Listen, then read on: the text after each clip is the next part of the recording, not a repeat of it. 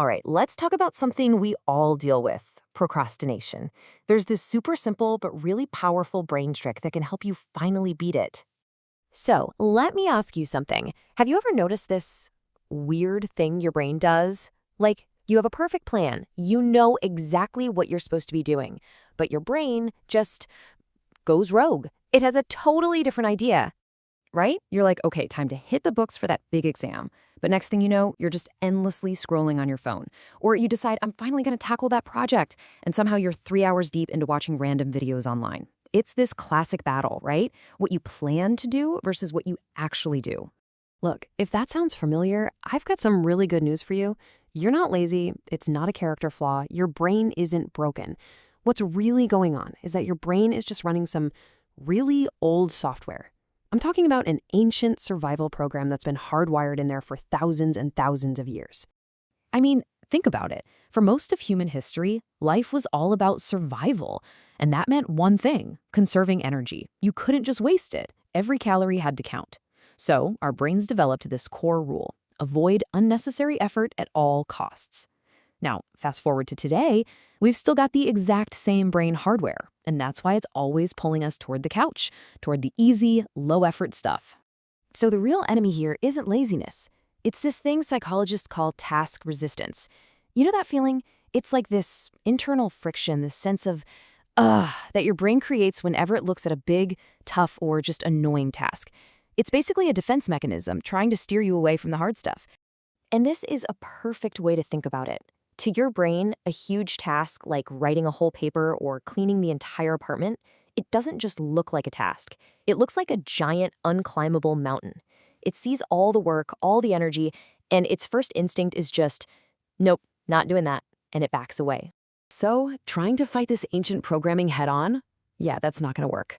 But you can be smarter than your brain. You can be clever. There's a super simple way to basically trick it, to sneak past that resistance and just get started. It's called the 2-minute rule. And yeah, the name pretty much says it all. It's beautifully simple. Okay, so here's how it works. Super simple. Step 1, pick that thing you've been avoiding. You know the one. Step 2, and this is the key, you tell yourself you are only going to do it for 2 minutes. That's it. Not an hour, not even 10 minutes. Just 2. And then, step 3, you just start. And I know what you're thinking. 2 minutes? Seriously? What am I possibly going to get done in 2 minutes? But here's the thing. That's exactly why it works. The fact that it seems so small is its secret weapon. See, this is where the magic happens. When you shrink the commitment down to just 2 minutes, that giant mountain of a task, it suddenly looks like a tiny little hill. It feels easy. It feels harmless. Your brain's internal alarm system doesn't even bother going off. That resistance just melts away, and you can actually start without a fight. There's actually a cool scientific concept that explains this perfectly.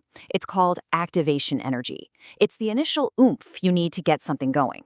And it turns out, just like in physics, starting a task in your mind takes up the most energy of all. The best way to picture it is trying to push a car, right? Getting it to move from a dead stop, that takes a huge amount of effort. That's high activation energy.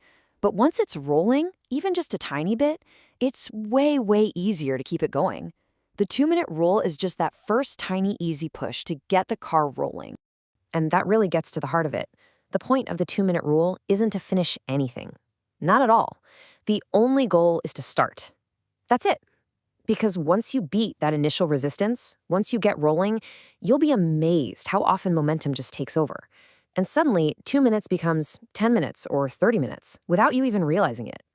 And you can use this for literally anything. Don't think, study for my final. Think, study for 2 minutes. Don't think, write the whole report. Think, write for 2 minutes. Read a page of a book. Do jumping jacks for 2 minutes.